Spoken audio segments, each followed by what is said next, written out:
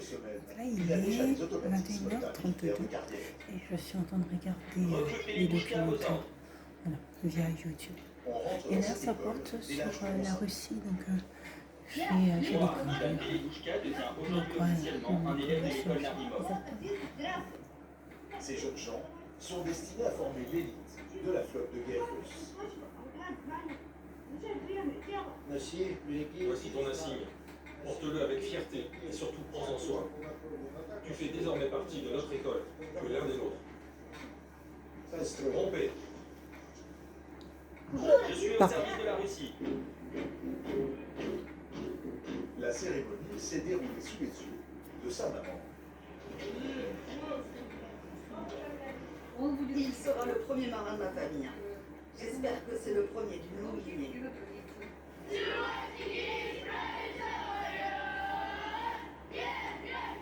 Ce seront ces jeunes gens qui auront plus tard la charge de protéger cette perle de l'Extrême-Orient, la plus grande ville russe en Asie, sur les bords de l'océan Pacifique.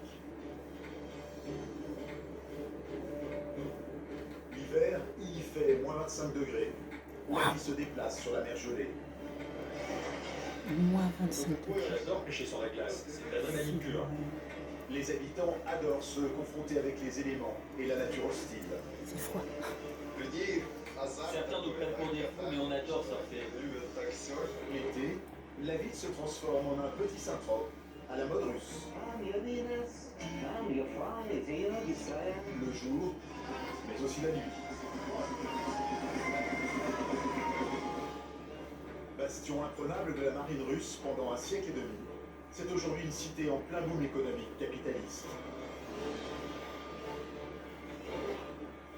Avec ses collines et ses maisons colorées, elle a de faux airs de San Francisco. Dans ce nouveau Far West russe, nous verrons qu'on peut faire fortune en quelques années.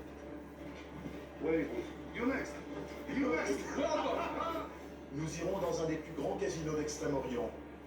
Clients privilégiés, les Chinois. Pour les Chinois, ce chiffre symbolise la richesse. L'hiver, quand les températures chutent, cet Eldorado peut aussi se transformer en enfer. La ville ne fait pas de cadeaux à ses laissés pour compte. Quand il fait vraiment trop froid, j'allume un petit feu. J'arrive à me réchauffer. Enquête dans la nouvelle Russie du bout du monde. Situé à 8 heures de vol de Moscou, Vladivostok est au carrefour de l'Extrême-Orient russe, tout près de la Chine, du Japon et de la Corée du Nord. Le port s'est construit dans les années 1850 autour d'un bras de mer. L'architecture tsariste du 19e siècle est encore très présente dans le centre-ville. Vladivostok a été interdite aux étrangers et seulement accessible aux citoyens munis d'un permis spécial jusqu'en 1990. Des centaines de bars HLM témoignent de ce passé communiste. Aujourd'hui, la cité attire des immigrants venus de toute l'ancienne Union soviétique. La situation stratégique de la ville en a fait une forteresse imprenable pendant 150 ans. Le port militaire abrite 50 navires de surface et 23 sous-marins.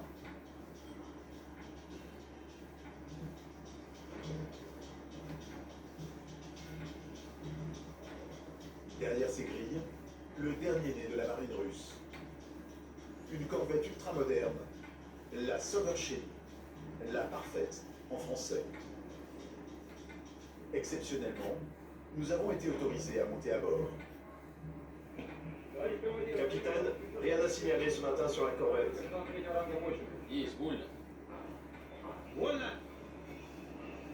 Le commandant Dimitri Linov a 33 ans. Il est né à Vladivostok, cela fait 15 ans qu'il sert dans la marine russe. La Parfaite a coûté près de 130 millions d'euros. C'est un bateau qui échappe au radar, il peut naviguer jusqu'à 28 nœuds, 48 km/h. Son armement est dernier cri. Ce canon a la capacité de tirer extrêmement rapidement. Il est très puissant. Bien plus puissant que 2 ou 3 canons ordinaires. Ce bateau, c'est le premier d'une nouvelle génération de vaisseaux de guerre pour la marine russe. Я так думаю, что Sur ces images que nous a fournies la marine, on voit le canon en pleine action.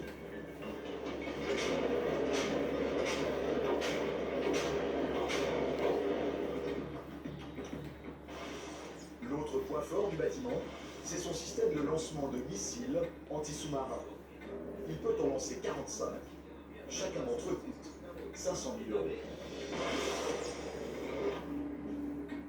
Pour commander ce navire et ses 150 d'équipage, le capitaine de corvette Blinov a été sélectionné parmi les meilleurs éléments de la marine russe. Vous avez bien compris les objectifs du jour? Я сейчас покажу. Parfait, rompez. Sa grande fierté, c'est d'avoir reçu à bord la visite du président Vladimir Poutine en personne. на этом месте президент Российской Федерации оставил свою... Президент Российской... Monsieur, j'ai une offre de placement. Adaptée aux indépendants. Je suis salarié. Eh bien nous avons aussi pour les congés de salariés. Et je suis célibataire. Pas de problème, l'offre dont je vous parle s'adapte à tous. Et vous êtes intéressé? J'en comprends que vous êtes intéressé, monsieur. Vous avez aussi envie de sortir? Bilan relationnel CIC, pour bien vous répondre, votre conseiller dédié commence par vous écouter. CIC, reconstruisons dans un monde qui bouge.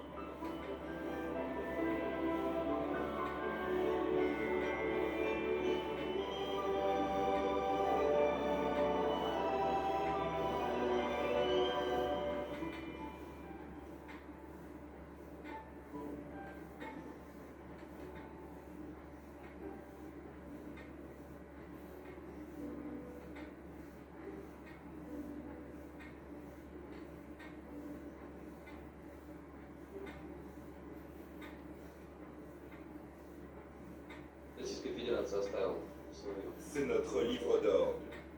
Regardez ce qu'il y a décrit à la première page. Таких кораблей в России еще Ce sont les meilleurs vœux du président Poutine lui-même. Долженцова леса, это был президент Российской Федерации.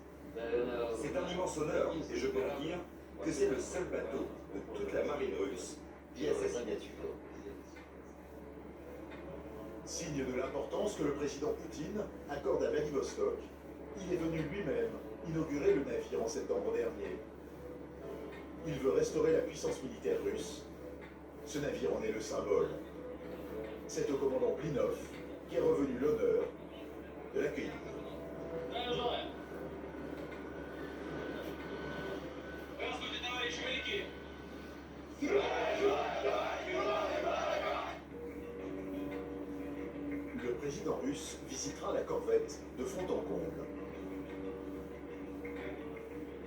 L'événement n'est pas anodin. La Russie veut montrer ses muscles.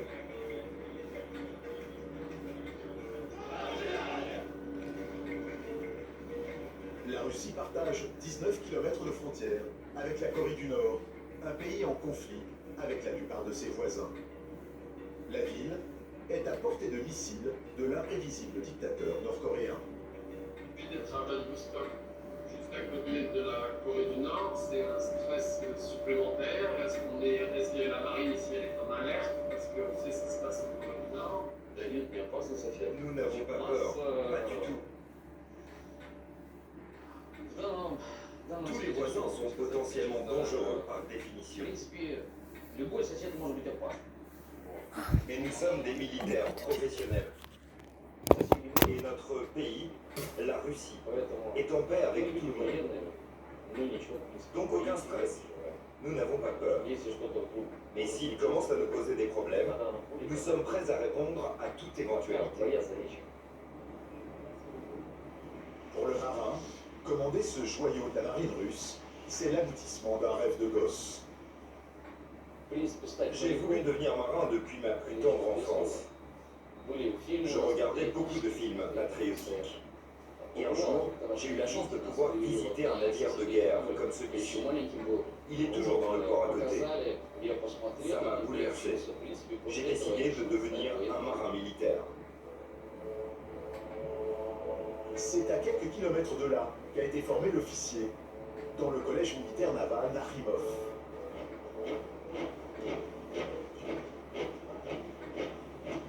L'établissement a beaucoup de succès depuis l'arrivée au pouvoir du président Poutine.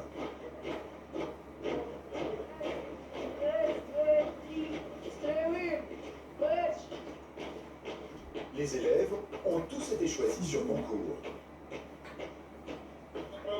Mettez-vous en rang. Et vous avancez colonne par colonne. Avancez les uns après les autres. Les élèves ont 8 heures de cours par jour, 6 jours sur 7. Le proviseur, c'est un contre-amiral, un des plus hauts gradés de la marine russe, le contre-amiral Burakov. Veuillez vous lever au rapport. Camarade, contre-amiral, je suis le camarade professeur principal de la classe 6B. Le cours d'aujourd'hui traite de l'histoire de Vladivostok. Il sera suivi d'un exercice de poésie. Bonjour les élèves de la classe.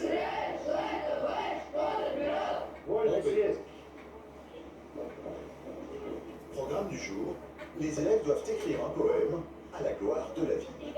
Je vous laisse 3 minutes pour écrire votre poème en 5 strophes sur le thème Vladivostok, ville de la gloire militaire. Voilà, mettez-vous par groupe de 4. Le premier de la classe, c'est Denis. Il est né à Vladivostok, il a tout juste 11 ans. Dépêche-toi, Denis, c'est fini. Vladivostok est une ville glorieuse. Elle est fière et prospère. Elle nous protège. Merci les garçons. Chacun y va de son couplet. Vladivostok est une ville magnifique. On est fiers de la servir. Ville de gloire militaire, Vladivostok. Bravo, vous avez tous réussi à montrer que Vladivostok est une ville de gloire militaire. Il y a même des chansons à la gloire de la ville. Les élèves les connaissent par cœur.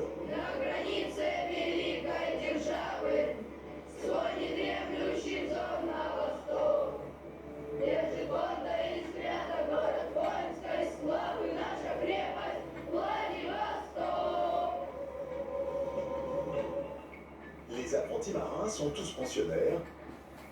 Voilà le dortoir de Denis. Ils sont 2 par chambre. Les jeunes élèves ont très peu de temps libre. Chaque moment est consacré à réviser. Dans cet exercice, tu dois trouver des mots qui ont la même racine que dans la question. Par exemple, ici, essaye avec le mot initiative. Comme chez les adultes, les enfants ont chacun un grade. Et le plus haut gradé ici, c'est Denis. Il est chef de chambrée en charge de 3 camarades. Je dois vérifier s'ils font bien leur lit et qu'il n'y ait aucun pli sur les couvertures. Je veille à ce qu'ils n'oublient pas leur livre, que les devoirs soient bien faits. Pour devenir Cher chef, j'ai dû faire preuve de responsabilité et de discipline. Mais avant tout, je dois obéir aux ordres de mes supérieurs. L'intérieur est spartiate. Seule une toute petite touche personnelle est permise. Ça, c'est une des rares choses qui est à moi. C'est une maquette de bateau qui appartenait à mon grand-père. Qu'est-ce que tu veux faire comme métier? Je veux devenir sous-marinier. Faire une longue carrière pour la marine de mon pays. Et pourquoi? C'est mon rêve depuis que je suis tout petit. Bien sûr, dans ce collège, on apprend toutes les matières classiques. Les mathématiques, la géographie, la physique ou l'électronique. Envoyez les 3 torpilles. C'est bon, le croiseur est détruit. Mais il y a un cours ici qui n'existe nulle part ailleurs. Le cours de bataille navale. Changez de position. Vous devez disparaître des radars ennemis. Si vous ne vous faites pas tirer dessus, c'est que vous êtes bien caché. Un logiciel de simulation où les élèves sont plongés dans des situations de guerre très réalistes. Ils jouent par équipe, les uns contre les autres. Nous venons de faire un entraînement. Et l'équipe des 6 cuirassés a vaincu une équipe de 3 destroyers. Dans notre école, on étudie tout ce qui concerne la marine. Cela permet aux écoliers d'apprendre l'histoire de la construction navale et l'histoire de l'armement des puissances mondiales.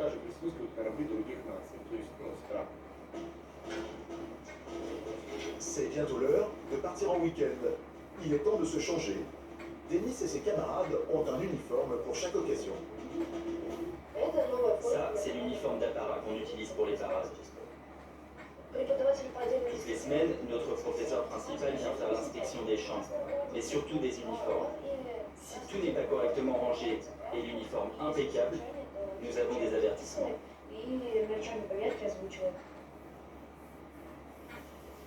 Tous les samedis, à 18h, c'est l'heure des mamans. Impatientes, elles viennent toutes chercher leur fils. Dans quelques années, Denis réalisera peut-être son rêve de naviguer à bord d'un sous-marin. Je suis tellement fière de lui, car c'est extrêmement difficile de rentrer dans cette école. Il a réussi tous les tests.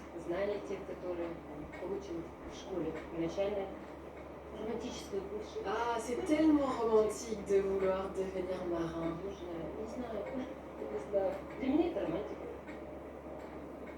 Mais depuis peu, Vladivostok n'est plus seulement une forteresse militaire. C'est une métropole en plein boom économique. Les cargos en transit accostent toute l'année. Ils transportent le bois, le pétrole et le gaz de Sibérie. Chaque année en septembre, le président Poutine accueille Japonais, Coréens ou Chinois pour un grand forum économique de l'Asie. Afin d'attirer les investissements étrangers, il a donné à la ville le statut de port franc. Des milliards de roubles ont été investis dans des travaux pharaoniques. 2 ponts gigantesques ont été inaugurés en 2012 pour désenclaver la ville. Dans cet Eldorado, des fortunes se font en quelques années.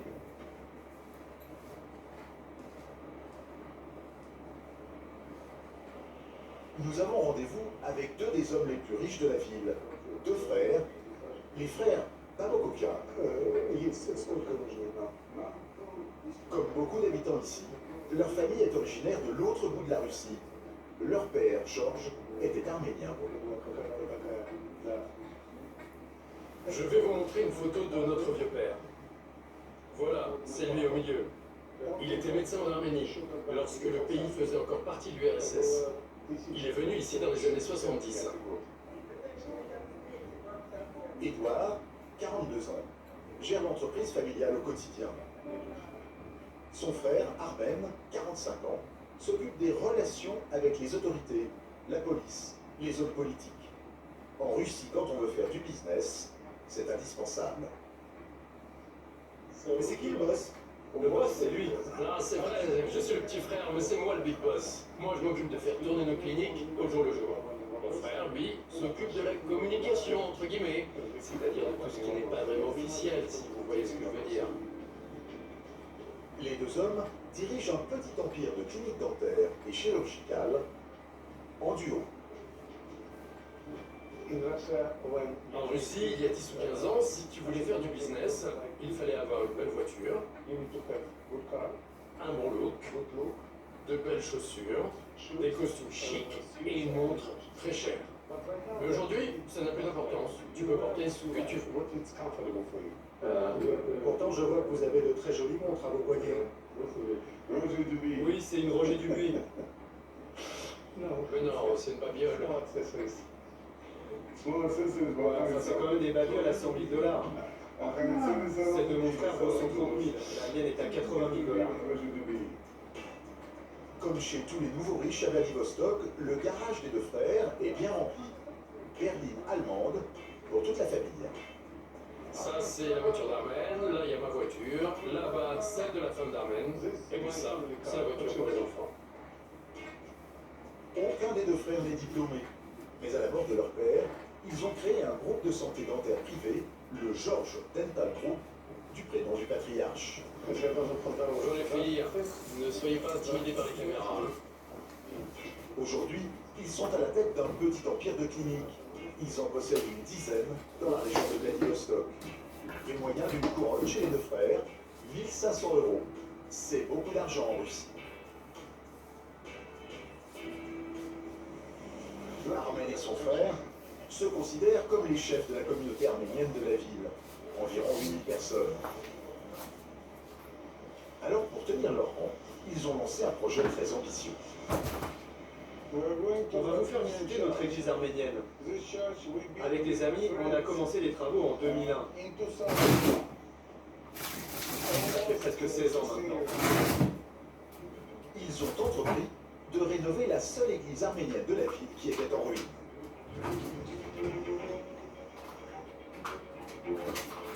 À leur côté, la communauté a investi plus d'1 million d'euros dans le chantier.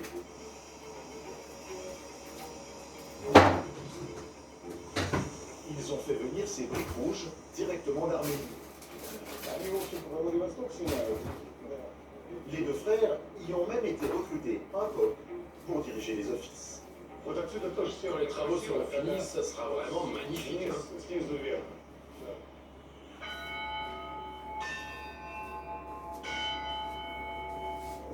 Notre grand projet, c'est de permettre aux jeunes Arméniens de Vladivostok de se sentir arméniens en venant ici.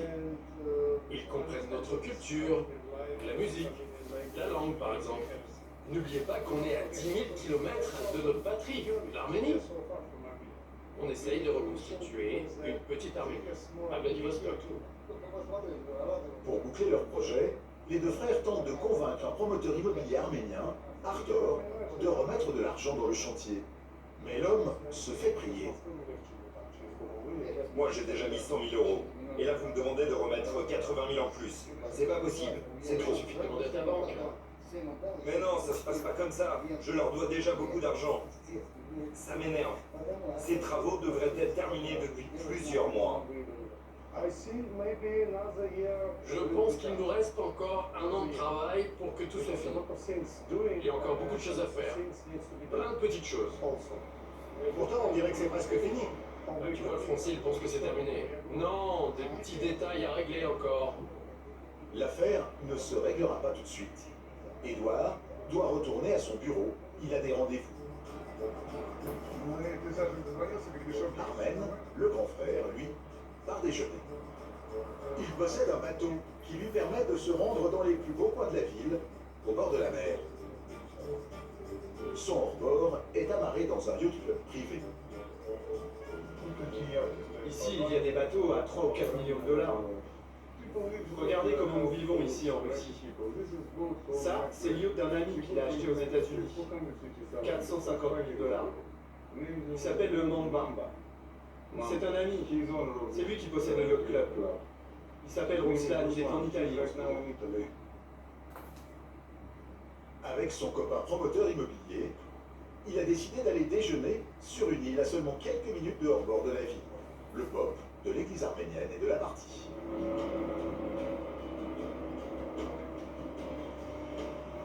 piloter son bateau, Armen emploie un capitaine à l'année.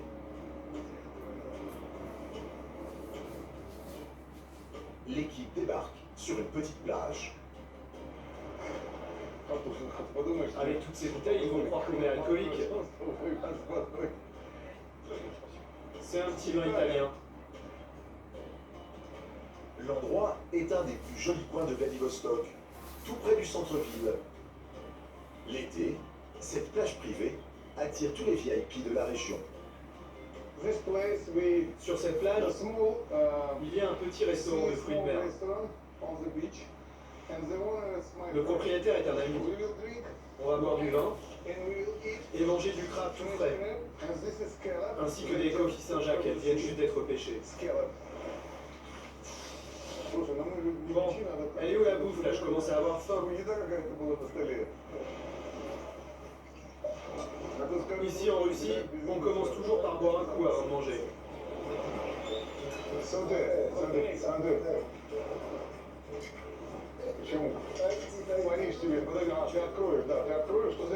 Le prix au kilo de ce crabe du Kamtchatka, c'est seulement 7 € le kilo.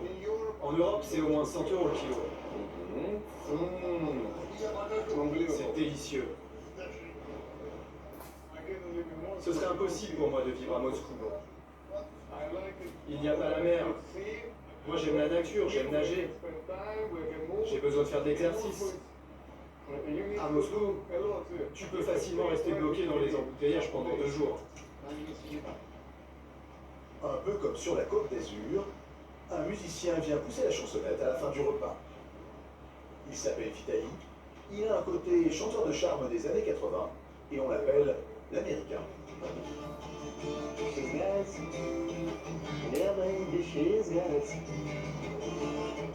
Well, I'm your Venus, I'm your fire, Desire. Well, I'm your Venus, I'm your fire, Desire. C'est ok.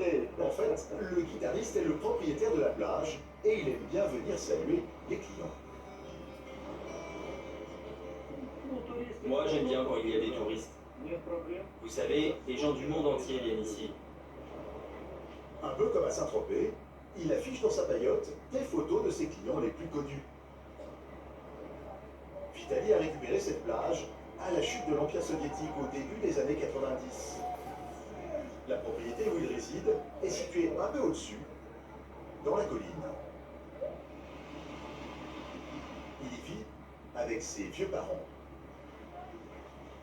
des survivants de l'URSS historique. Voici mon père, il a 95 ans, et ma mère 91. Le père est arrivé dans la région comme aviateur à l'époque de la guerre froide. On le voit ici en photo avec le gouverneur de la province. Il était pilote de chasse. Allez papa, raconte-nous ce que tu faisais avant. Avec ma patrouille de chasse, j'ai protégé toute la région. Pendant 6 ans, j'ai chassé les pilotes américains. C'était pendant la guerre de Corée. Je tirais sur les Américains avec mon avion. Pendant 6 ans, je leur ai tiré dessus pour défendre la région.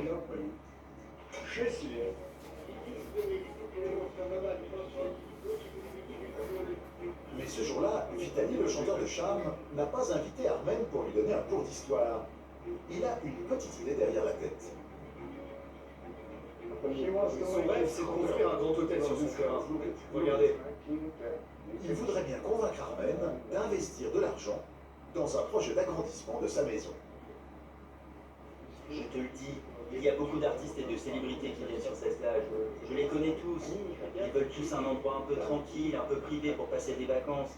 Tu comprends, dans un hôtel quelconque, tout le monde se jette sur toi, tu dois signer des autographes. Oui,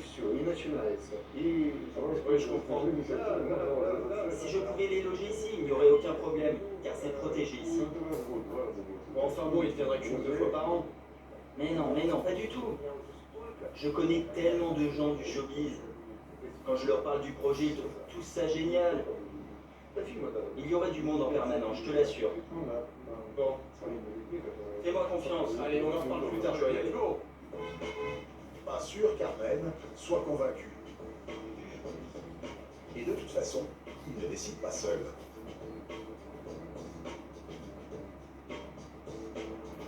l'autre bout de la ville, voilà le QG des deux frères. Surveillé par une dizaine de caméras, c'est la maison familiale. Tous les dimanches, c'est là que se retrouve le clan Babogokian. Dans la propriété, des sculptures géantes de lions et des gargouilles inspirées de Notre-Dame de Paris montent la garde. L'intérieur ressemble à un château fort, ambiance médiévale. Un peu partout dans la maison, les initiales de leur entreprise. GDG pour Georges Dental Group. Et ce lion, l'armoirie que la famille s'est inventée. Ah non, ça sert pas bien nous dire bonjour. Celle qui accueille, c'est la matriarche, la mère des deux frères. Elle est russe. À ses côtés, la femme d'Édouard, Olga. Et Karina, l'épouse d'Armène. Il y a aussi quelques amis. En tout, 3 générations autour de la table. La petite dernière a 7 mois. Elle est où, maman? Allez, on va porter un toast à l'amitié. À l'amitié et surtout aux rencontres. Dans le clan Babogokian, on trinque avec des vins français et on déguste des produits venus d'Europe. La Russie est pourtant soumise à un embargo économique occidental depuis 2014 à cause de l'annexion de la Crimée. Regardez ça, c'est un fromage italien. On l'a ramené de Hong Kong. Mais Armène s'en moque. Oui, c'est de la contrebande, un citoyen russe n'a pas le droit de posséder ce produit. C'est de la nourriture hors la loi. C'est un ami chinois qui me ramène ça. Il m'a rapporté 2 kilos de parmesan. Qu'est-ce qu'on a d'autre? Du vin italien, du vin australien, il y a aussi du vin français. On peut tout avoir sans problème ici. Les deux frères et leurs amis sont très attachés à leurs racines européennes. Le thème revient régulièrement sur la table. Regardez-moi, je suis un Européen. J'aime beaucoup la langue française. Pourtant, c'est l'Asie ici. Mais non. Si, nous sommes en Asie, voyons. Mais si, on est en Asie. Oui, nous sommes en Asie, mais moi je considère être un homme européen. J'ai la mentalité d'un Européen, moi. Mais non, ici c'est 100% l'Asie. Mais évidemment, géographiquement, c'est l'Asie. Mais mentalement, nous sommes Européens, nous vivons comme eux.